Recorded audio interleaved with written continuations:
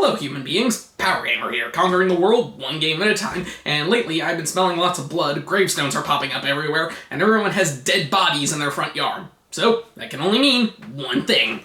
Halloween is here, baby, a time of fear, pumpkins, and murder. And speaking of fear, I thought to myself, what could be more scary than aliens? Well, I could think of a number of things, but eventually I decided on being alone with aliens. So, in celebration of scary time, I'm playing Metroid. Metroid, the best Nintendo series for disappearing for years, just to come back with a vengeance. This series has taken multiple long hiatuses. It's insane. There were 8 years in between Super Metroid and Metroid Prime, and then 11 years in between Other M and the recent Metroid Dread. But we're not talking about those today. Instead, we're going back to where it all began. After Nintendo had success with platform games like Super Mario Bros. And the adventure game Legend of Zelda, they decided to develop their first action game. The game was co-developed by Nintendo's Research and Development 1 division, or R&D 1, Nintendo's primary development team, and Intelligent Systems, who is best known for making the Fire Emblem series. Directed by Satoru Okado and Masayo Yamamoto, I apologize if I said that name wrong, and taking heavy inspiration from the movie Alien, the game was unique in that it was a non-linear action game with a heavy emphasis on exploration. This wasn't the first game to try this, as it was predated by Zelda, and if you want to go way back, Adventure on the Atari 2600, but it was certainly a pioneer in games becoming more open-ended. It was also one of the first games to really make the player feel lost and alone, and it had an emphasis on giving the player permanent upgrades as opposed to temporary power-ups. The title, Metroid, is a fusion of the two words Metro and Android.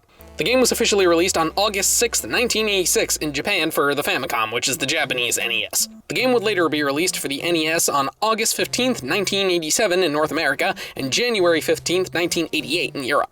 While it didn't light up sales charts like many of Nintendo's previous games, Metroid was still a commercial success, selling over 2.7 million copies. Metroid would then become one of Nintendo's most beloved franchises that, like I said earlier, tends to vanish for long periods of time and come back like nothing happened. So, in honor of the recent release of Metroid Dread for the Switch, and in celebration of the series' 35th anniversary, I decided it was finally time I played the first game in the series. I've actually never played this game before. Aside from a bit of Dread, the only Metroid games I played are Super Metroid and the opening of Metroid Prime. So, let's spend Halloween on an alien planet.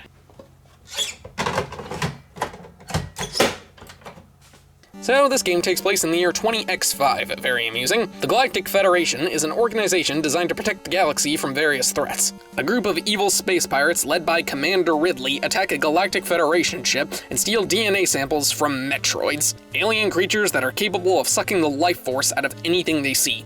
The space pirates return to their base on the planet Zebes and begin to clone Metroids to be used as weapons. With seemingly no other option, the Galactic Federation sends bounty hunter Samus Aran to invade their base and destroy Mother Brain, a biomechanical lifeform that controls the planet's fortress and defenses. And just like that, you're placed in the opening area of Zebes known as Brinstar. As I said before, the game is non-linear, so you're free to explore any area of Zebes you want, as long as you have the correct items to reach it. Your main method of defense is your arm cannon built into Samus's suit, and it absolutely sucks when you start out. Seriously, look at how pathetic its range is. Why is it so short?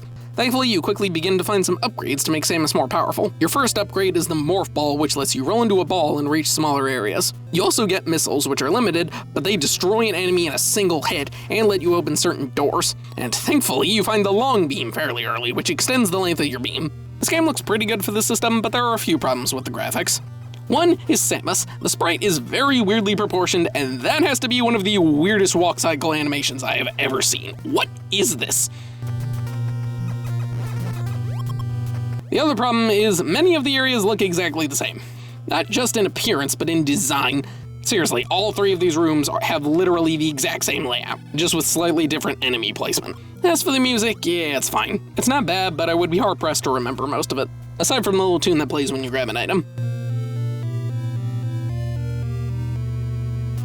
Your main goal is to defeat Mother Brain, but before you can do that, you have to fight both Kraid, an ally of the Space Pirates, and the previously mentioned Ridley. Now, if you don't have the manual, or the internet, you would not know this.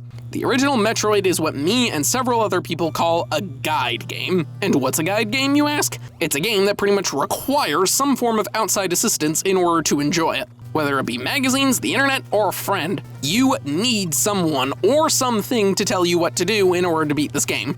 One of the big reasons is because this game has no map. And since so many of the areas look exactly the same, it's very, very easy to get lost and have no idea where you are or where you need to go.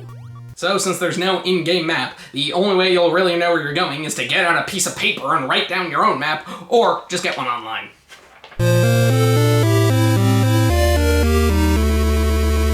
Without a guide, you're gonna be running around like a lab rat in a maze. And I absolutely do not recommend playing this game without some sort of walkthrough. The map certainly made things easier, but it sadly doesn't fix the game's other big flaw. Whenever you die, you only get 30 health back, which is way too low! Enemies in this game can swarm you, and in later areas, particularly Kraid's Lair, they do so much damage you will likely die in 2 to 3 hits. And health pickups are so infrequent and barely give you any health back. So you either have to spend 10 to 20 minutes farming for health, or just run in and die over and over and over again. No joking, Kraid's Lair alone lasted me around 2 hours, and I seriously wanted to stop playing because of how unfair it was. The beginning of Metroid is honestly one of the worst openings to any game I have ever played. The only reason I kept going was because I refused to let the game beat me. Thankfully, the game gets less frustrating as you continue since you start to collect more upgrades and abilities. Along with the Morph Ball, you can find missile tanks, which let you carry more missiles, energy tanks, which increase your maximum health, and bombs, which you can plant in ball mode and destroy certain blocks. Oh yeah, there's blocks you have to destroy to progress, and they look exactly the same as the other ones. There's also fake walls and floors you have to go through. Did I mention this game is miserable without a guide? You can also get the Varia suit, which increases your defense, high jump boots, which let you jump higher, and the screw attack. This thing is insane. It destroys any enemy that comes into contact with you when you perform a spinning jump. It can be a little wonky, but if you pull it off correctly, you demolish anything in your path. The long beam isn't the only beam upgrade, however. There's the ice beam, which freezes enemies and certain projectiles, and the wave beam, which you don't need, so I didn't get it. I'll explain why later. Zebus is divided into 5 sections: Brinstar, Kraid's Hideout, Norfair, Ridley's Hideout, and Torian. While you do have to do some backtracking every once in a while, you mostly just have to explore all of one section before moving on to the next one. And when you die, you go back to the entrance of whatever area you're in. There's a decent amount of different enemies you have to fight, but a lot of them just do the same thing. You have the ones that climb along walls, the ones that come down from the ceiling, the ones that respawn infinitely, and these giant balls which give you a bunch of health, which is nice. There's also a bunch of area hazards, mainly lava that slowly drains your health and for some reason is insanely hard to jump out of. I am pressing the button as hard as I can. Why can't I get out of here? You also have to deal with this game's wonky jumping physics and just baffling level design. Like seriously, what idiot put this here? How do I get out? I'm stuck. I'm literally stuck, and now all my health is gonna drain. Get up there, get the hell up there! Oh, so I just have to use the enemy's knockback to get out. Great. Oh yeah, this game has knockback, and it sucks. Also, you can only shoot in 2 directions, in front of you and above you. You can't shoot diagonally, and you can't shoot down. Also, you can get hit by projectiles and enemies as you're going through the door. Why? You should not be able to get hit while you're going through the door! So once you finally make it through their respective layers, you have to fight Kraid and Ridley. Kraid, you have to freeze these spikes at the right time and then blast him with missiles. Or you can just roll up in the ball and spam bombs. And Ridley, you just shoot with missiles while avoiding his attacks, and wow, that was pathetically easy. So now you have to go to Torium to fight Mother Brain. This is the final area of the game, and my god does it feel like it. It's not that long, but it's really freaking hard. Firstly, this is where you finally run into Metroids, and wow, they kill you fast. If a Metroid latches onto you, you're basically screwed. They drain your health faster than you can say, what is that, a jellyfish? Oh my god, it's killing me! And when they latch onto you, I seriously have no idea how you get them off of you. My only solution was just spamming bombs until they shake off. Sometimes it works, and sometimes it doesn't. God, it feels like I'm trying to scrape gum off the bottom of a chair. Your only method of killing Metroids is freezing them and then shooting them with exactly 5 missiles. This is why you need the ice beam over the wave beam, since Metroids can only be hit with missiles when they're frozen. Otherwise, you can't kill them. Hence why there's multiple places where you can get the ice beam, since the 2 beams don't stack, they replace each other. And Metroids move so fast, so you have to be ready, otherwise you're doomed. The second reason Torium is so brutal is because of these flaming spaghettios, or whatever the hell these things are supposed to be. They appear out of nowhere, they're really hard to avoid, and they never stop spawning. It wouldn't be so bad if it wasn't for the stiff and awkward jumping. I hate these stupid things. I may as well be trying to dodge rain in a thunderstorm. They're so hard to avoid, and they're freaking everywhere. Ugh! Once you get all the way through, you reach Mother Brain's chamber, and you have to blast these doors with missiles while dodging these cannons and the spaghettios. Okay, I take it back. This is like trying to dodge rain in a thunderstorm. Once you get to the end, you have to break open Mother Brain's jar and blast her. So I hope you have enough missiles when you get here, because otherwise... Blast her until she explodes, try not to get a seizure, and then the place is going to blow. Run through the door and jump on these pills to escape. Then if you beat the game fast enough, you get to see the truth. Samus is actually a girl. What a twist!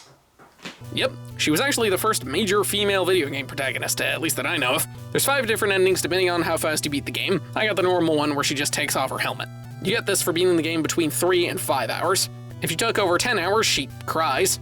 If you beat it between 5 and 10 hours, she just waves. If you beat it between 1 and 3 hours, she takes off her suit and she wears this pink leotard. And if you manage to beat it in under an hour, she's in a bikini. Yep, this is the 80s, alright. You can then play through the game again. You keep all your main items, but your missiles and energy tanks are gone. But that's not the only thing you can do. There's also some cheat codes you can enter on the password menu. Yeah, this is before you could save in-game, so they had to use passwords to let you continue. Most of them just let you start with certain items or skip bosses, but if you enter the code Justin Bailey, you can play as Samus in the leotard with green hair, and all of the items are equipped, including the wave beam. It travels in a wavy pattern and can shoot through walls. And like I said before, it can't hurt Metroids.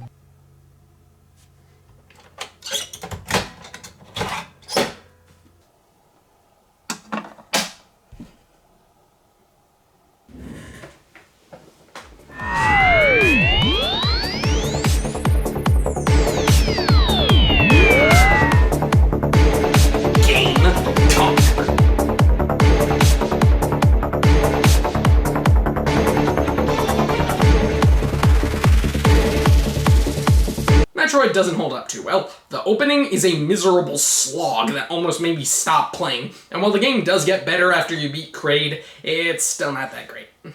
The original Metroid is a game I hold a lot of respect for, but it's not something I'd recommend playing nowadays.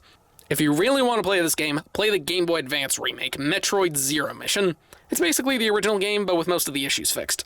Better controls, a map system, and you can save the game as opposed to using passwords. Metroid isn't a terrible game, but I think you have better options if you're looking to get into the series. I feel like this is something that should only be played for curiosity's sake. Oh, great, now aliens are trying to abduct me. I guess they're upset that I said Metroid isn't that good. Don't worry, I've dealt with aliens before. They're more scared of you than you are of them. I'll just go out and talk to them, I'm sure I'll be fine. One abduction later.